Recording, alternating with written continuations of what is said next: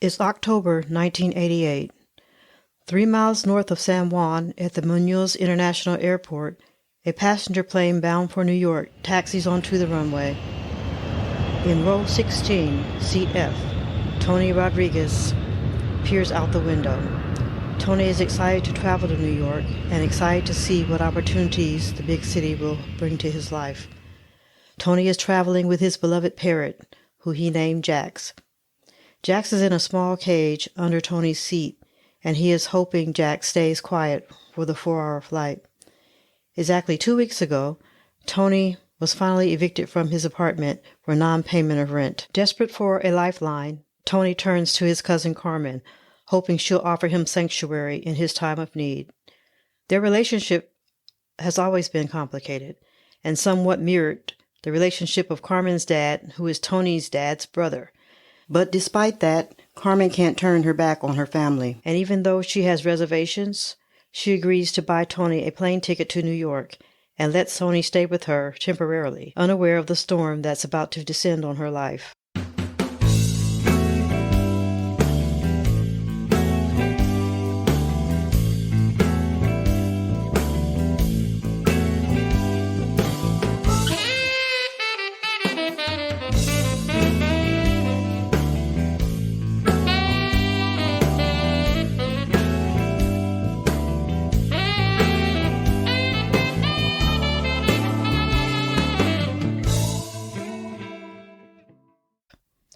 As the wheels of the plane touch down on the tarmac of JFK Airport, Tony's heart races with a mixture of anticipation and anxiety. With his belongings packed in a single suitcase and his bird Jax, Tony exits the airplane as Carmen stands at the arrival gate of the JFK Airport. Her heart races with anticipation. The bustling crowd fades into the background as she scans faces in the crowd, searching for a familiar sight of her cousin Tony. And then, in the middle of the crowds of travelers, their eyes meet, a fleeting moment of recognition that sparks joy in Carmen's heart. With a smile that lights up her face, Carmen rushes forward to embrace Tony, her favorite cousin from Puerto Rico. In that moment, Tony's anxiety and problems melt away, replaced with a sense of warmth and belonging. They laugh and share stories, catching up on lost time as they make their way through the bustling airport. Carmen glances at the covered cage that Tony is carrying and asks, "What's that?" Tony lifts the cover just a little and says, "This is Jax, my best friend." As they emerge onto the streets of New York City, Carmen feels a surge of excitement mingled with a hint of apprehension. For Tony, this city represents a new beginning, a chance to leave behind the troubles of the past and start afresh.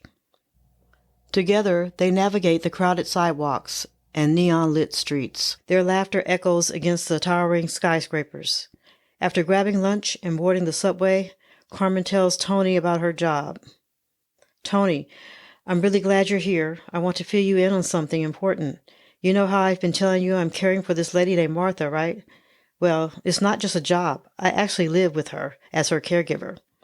"Wow, that's a big commitment. How does that work?" "Yeah, it's been quite a journey. Martha needs round-the-clock care, so I'm with her all the time. It's a live-in caregiver arrangement, which means I have a room there and take care of her day and night, Monday through Friday, and some weekends. Her family comes over every Sunday, so I usually have Sundays off."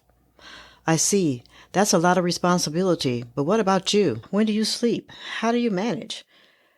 "I have my own room in Martha's house. It's not a huge space. It's challenging at times, but Martha's become like family to me. I want to make sure she's well taken care of. Martha's house has a nice basement, and you will stay there. But listen to me, Tony. I did not get permission from the family or Martha for you to stay, so I need for you to keep quiet, and it's only temporary. You have to find a job and a place to stay, and I do mean like very quickly." With Carmen's gentle explanation, Tony gains a deeper understanding of her living situation and the dedication she has to her caregiving role. As they navigate the new chapter together, Tony realizes the sacrifices Carmen has made and the strength that she possesses to support both Martha and him in his new life. Tony settles into the basement of Martha's home, and everything is quiet and peaceful. Carmen gives her cousin some information about jobs in the city that he can apply for. Mary and Rob and the kids visit every Sunday and spend the day with Martha, including church, dinner, and sometimes Martha plays games with her 2 grandkids. Martha's condition is slowly deteriorating, but it's hardly noticeable to her family. Tony's days of hiding begin to feel monotonous and stifling. Despite his initial determination to lay low, he finds himself increasingly restless and eager to break free from the confines of the basement. Jax, his loyal companion, senses his frustration and tries to keep up his spirits with the cheerful chirps and playful antics.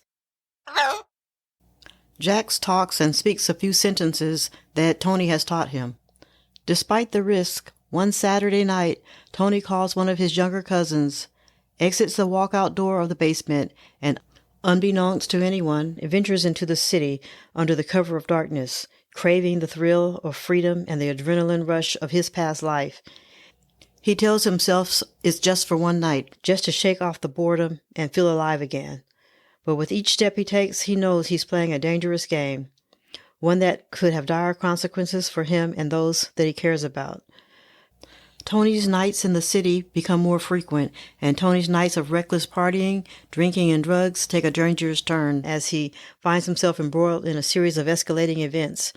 As Tony immerses himself in the vibrant nightlife of the club, he reunites with his younger cousin, eager to let loose and indulge in the euphoria of the moment. They dance into the night, fueled by pulsating rhythms of the music and heady rush of alcohol and the allure of forbidden pleasures. In the midst of the chaos and exhilaration, Tony's cousin approaches him with a request, a small favor that carries with it the weight of the consequences yet to unfold. Tony's cousin, caught up in a frenzy of the moment, asks Tony to hold a stash of drugs for him. It's a simple request, he assures Tony, a quick favor that will earn them both a tidy sum of money. In the haze of alcohol and drugs, Tony's judgment is clouded, but he doesn't hesitate to agree. Enticed by the promise of easy money and the thrill of living on the edge, as Tony tucks the drugs into his pocket, a sense of unease washes over him, a nagging voice of doubt that whispers warnings of dangers ahead. But in the heat of the moment, he pushes aside his doubts and convinces himself that he can handle whatever comes his way. After all, it's just a small favor for family, right? Tony's young cousin thanks him and pays him for holding onto the drugs. The lure of easy money and partying in the city proved to be alluring for Tony, and now finding a real job takes a back burner to the nightlife. One day, Carmen confronts her cousin. "Antonio, we need to talk. This situation can't go on like this." "What are you talking about, Prima? Everything is fine." "No, it's not fine. Your being here was supposed to be a temporary arrangement, a few weeks at most." I know, but it's complicated, Carmen. I'm still figuring things out." Complicated is an understatement. Martha can't know that you're living in the basement, and Jax is becoming louder every day. You're becoming a swatter, Tony. I can't have you swatting in the basement. Mary is trusting me to take care of her mother, and I can't betray that trust. I get it, Carmen. I get it. I will find a job next week. I promise, Carmen. Antonio, this is supposed to be a fresh start for both of us. I can't jeopardize my job and Martha's safety for that. I promise, just a bit more. I've been looking for more jobs, I swear. Once I get back on my feet, I can find my own place. I know you've been sneaking out of the basement at night and going into the city and partying with that bum cousin of yours. You better not be using drugs. You know what happened last time. Okay, Carmen, I hear you. I just snuck out so I can go out and have a little fun. It's bored sitting in this basement all the time. I promise, I am going to find a job. I'm going to get my own place. I appreciate everything that you're doing for me, Carmen. You know I love you. I got something big that's coming up, and if you make me leave, it will fall apart. And whatever deal you're working on will not happen here. I will make it fall apart. Clean this stuff up and make Jax quiet down. All right. I'll figure something out. Just give me a bit more time. Antonio, I care about you, but I can't keep compromising my responsibilities. I mean it. 1 week, Tony. 1 week. 1 week turns into 2 weeks, and 2 weeks turn into 2 months. Tony goes out of his way to avoid Carmen, leaving by the side door and returning the same way. One Thursday night, Carmen hears Martha saying hello, and she goes to her room to investigate. "Who are you talking to, Martha?" Martha says someone said hello to her, and she said hello back. There it is again. Hello. As Carmen listens to Martha about hearing someone saying hello, she realizes that it's likely Jax, Tony's parrot, making the noise. Understanding the gravity of the situation, Carmen decides to take action. She follows the sound to the basement, where she discovers Jax perched on his cage, repeating the word hello in a cheerful, albeit slightly mischievous tone. Carmen looks around, and there are drugs packaging, material laying in plain sight on the table, but no Tony. Carmen knows it would be cruel to gaslight Martha into thinking that she's hearing things, as Alzheimer's is already taking its toll on her. So she brings the bird upstairs, places the cage on the end table in Martha's room, thinking Jax might be a good companion for Martha. As usual, Martha's family was planning to visit on Sunday, and this may be a good way to explain why Jax is here. Jax loves being out of the basement, and Martha immediately falls in love with Jax. And when her family comes to visit on Sunday, they thank Carmen for the thoughtful gift to Martha. Thankfully for Carmen, they never question where Jax came from, and she doesn't volunteer the information. Weeks pass, and Carmen has not seen Tony. He has not surfaced. Tony has got involved in selling illegal drugs and has gone missing. Recognizing the seriousness of Tony's disappearance and his involvement in illegal activities, Carmen decides that tomorrow she will take action. She will clean up the drugs in the basement and contact authorities. She will share what she knows about Tony's activities and his connection to Martha's home, hoping to aid in the search for him and ensure the safety for everyone involved. But for Carmen, her plan is a little too late. This is episode 2 of The Squatter, for Take Care Time, the Tales and Exhales of Caregivers. In our next episode, we find out what happens to Tony, Carmen, and Martha Peters, and why Martha was found wandering in her neighborhood, partially naked. We want to extend a special thanks to our feathered friend Jax for bringing laughter and light into Martha's world. Whether he's charming us with his cheerful chirps or adding a touch of whimsy to our story, Jax reminds us that even in the darkest of times, there's always room for a little joy and companionship. And speaking of companionship, don't forget to check out Puzzlebilities, the proud sponsor of today's episode. Dive into a world of sensory delight with their custom jigsaw puzzles and subscription boxes. Perfect for caregivers and puzzle enthusiasts alike.